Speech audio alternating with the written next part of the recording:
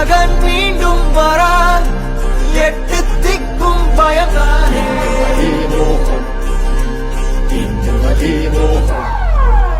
ராட்சச ராமன் என கலவை கொண்டவன் இவன் தானே.